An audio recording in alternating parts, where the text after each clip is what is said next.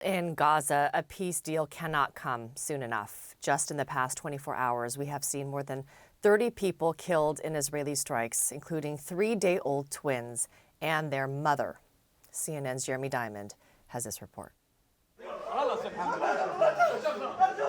How do you console a man whose whole world has been shattered? A man who hours earlier was locked in the warm embrace of his wife and newborn babies, but now cries out in agony, begging to see them one last time. His new horrific reality is too much to bear. His wife and twin babies are dead, killed in an Israeli strike on their apartment in central Gaza, according to hospital officials. Aysal and her brother Asser were just 3 days old. The Palestinian Ministry of Health says they are among 115 infants born and killed during the war in Gaza. Hours earlier, their mother, Jumana, a pharmacist, was blissfully responding to congratulations and well wishes on Facebook. I feel like it was a miracle. Alhamdulillah, sister, everything is going well. Jumana, Aysal, and Asser now lie here, in a room consumed with Mohammed's inconsolable grief. These are the birth certificates, he says. While I was getting them, I received a phone call telling me our apartment was targeted and that my wife and children were at Al-Aqsa Hospital. Neighbors are still sifting through the aftermath of that strike. Hospital officials say an Israeli shell hit the building. The Israeli military did not respond to CNN's request for comment. The victims of several other strikes in central Gaza also pour into Al-Aqsa Martyrs Hospital, where more parents grieve the deaths of their children. How can I live after you, my son? This mother cries. Amid the grief, there is also anger and exasperation, including from the dead man's father. The entire unjust world does not care about this. That's all I can say, Hassan says. Just numbers. We are just numbers, but for God, we are martyrs. One by one, their bodies are brought out of the morgue so the living can pray for the dead, including 9-month-old Jamal and his father, Uday. Mohammed is performing the same rituals for his wife and twin babies. But prayers offer little comfort for a man who has lost everything, for a new father with no children to raise. Jeremy Diamond, CNN, Haifa, Israel.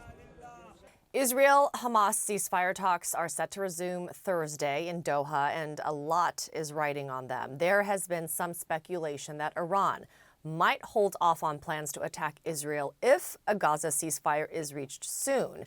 But some have cast serious doubt on that. Iran has vowed to retaliate for the assassination of Hamas's political leader in Tehran, an attack that it blames on Israel.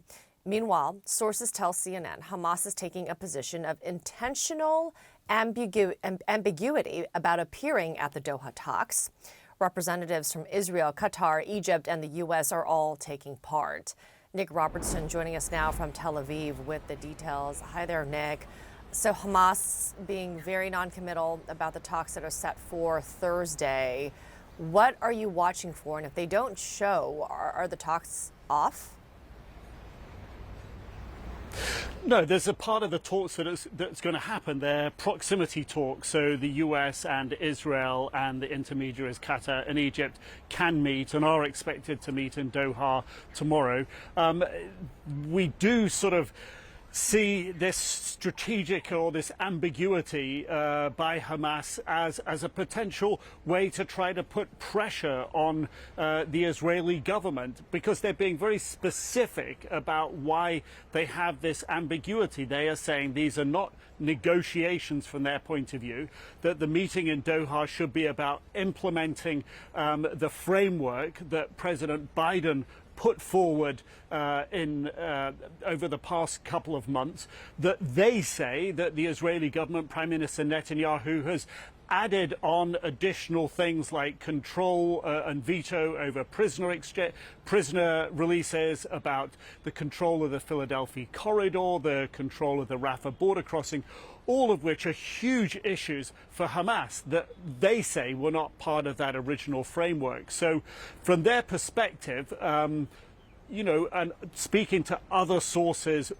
who are informed about the talks and about Hamas's position, it seems clear through this ambiguity as well, very clear, that if the talks were to go in Doha between the US and Israel and the Qataris and the Egyptians, as Hamas wants, then they would have somebody available to have a follow-on discussion with.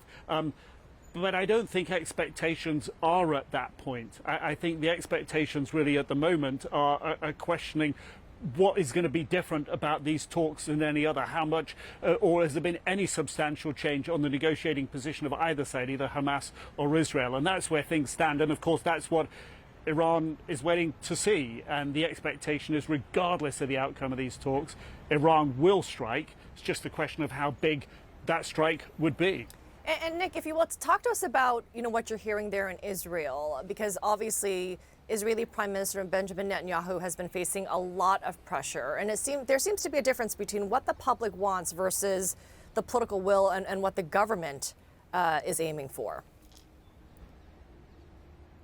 Yeah, the latest polling on some of the channels here in Israel indicates about 2/3 of the population would go for a hostage deal, as it's been outlined already, which is a significant number.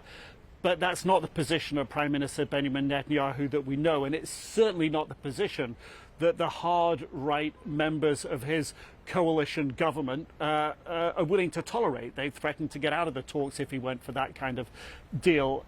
I think there's been a lot of expectation in the region, particularly, in trying to get these talks up and running tomorrow, that there would be a lot of US pressure on Prime Minister Netanyahu to change his position, not to have these add-ons that Hamas talks about, although his office says they haven't put any add-ons to President Biden's framework. And when we had the announcement yesterday that the United States was going to clear $20 billion worth of military military equipment to Israel, this is part of a long process, and it's only part of that process, and it's only provisional.